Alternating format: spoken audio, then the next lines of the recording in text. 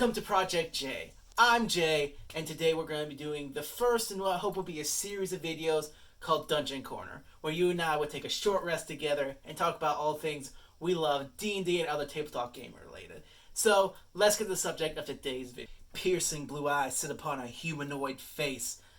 As this face exits the shadows, you see a maw of dagger-like teeth let out a threatening roar as its scaly wings unwrap from its body. It pounces into this air, its wicked spiked tail thrashing towards the party. That, my friends, is a Manticore. But if you look at the D&D stats, with it only being a CR3 monster, the stats do not follow up the wicked picture you get in your head as you describe this monster. So, we'll go through a couple sections today, starting with in-game lore and ending with my fixes to that 5e lore by looking at the Monster Manual entries and the D&D Beyond entries, which are basically the same things. Their first entry is Evil Predators, where it talks about your general combat style, which, like most creatures that want to survive in a 5e game, you want to have it stay back and use its tail barbs, and then come in and swoop in trying to grab out your party with its claws and bite attacks. It also says it's a pack hunter normally, so remember that when I get to some of my fixes later on in the video. In the same entry, it goes on to talk about how they're not the smartest creatures with only a 7 intelligence score, but they can talk, and they will either grant their prey a swift death or take slaves and servants from battles, if it can offer something the Manticore likes. The second entry is a little more interesting to me. You have your monstrous relationships.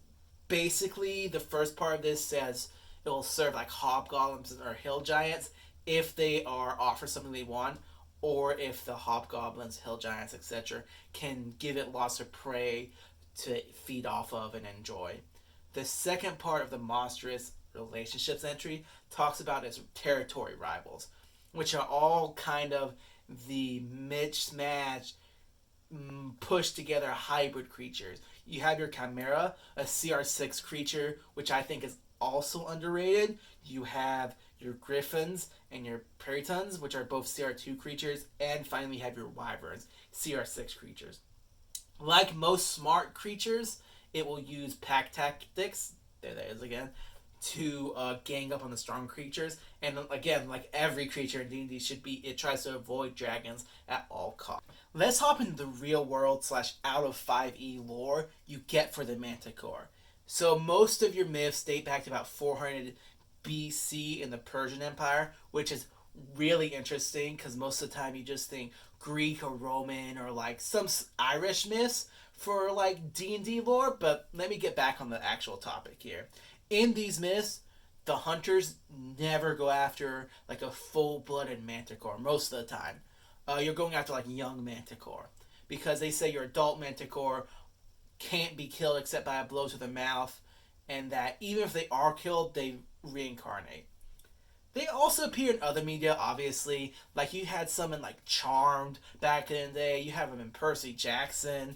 You even have them in like Dante's Inferno. And what surprised me by doing research was there's one in the Song of Fire and Ice series. Though it's a different type of Manticore, it's more like a spider creature. These are just really interesting monsters that I feel a CR3 doesn't justify, or just only having one CR3 version doesn't justify.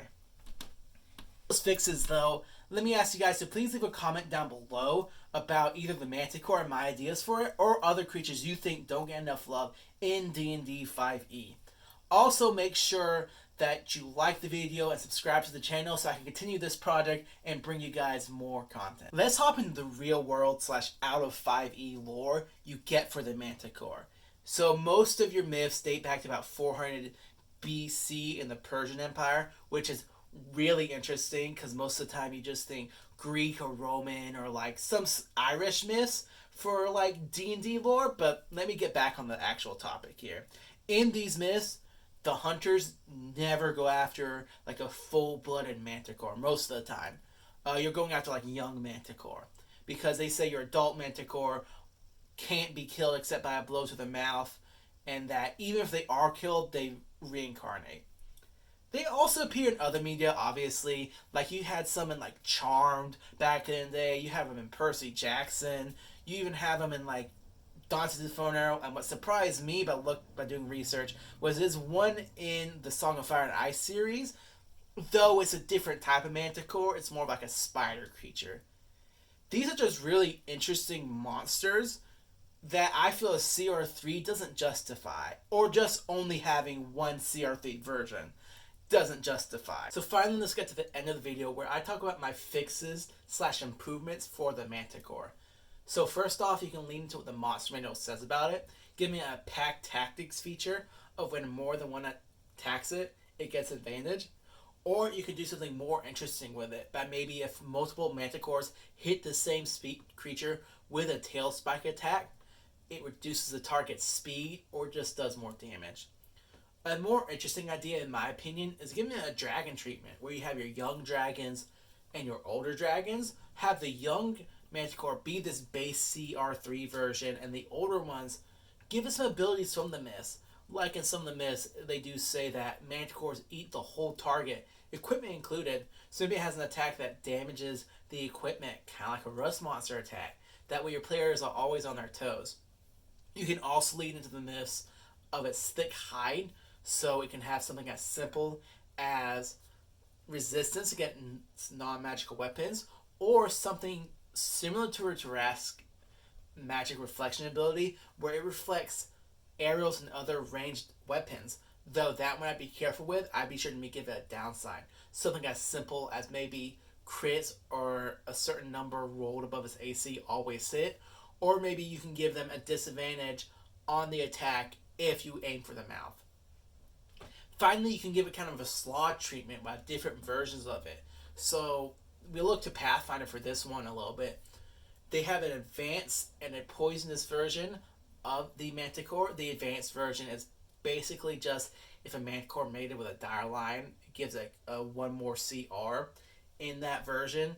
And then you have a poisonous version, which, you know, is poisonous.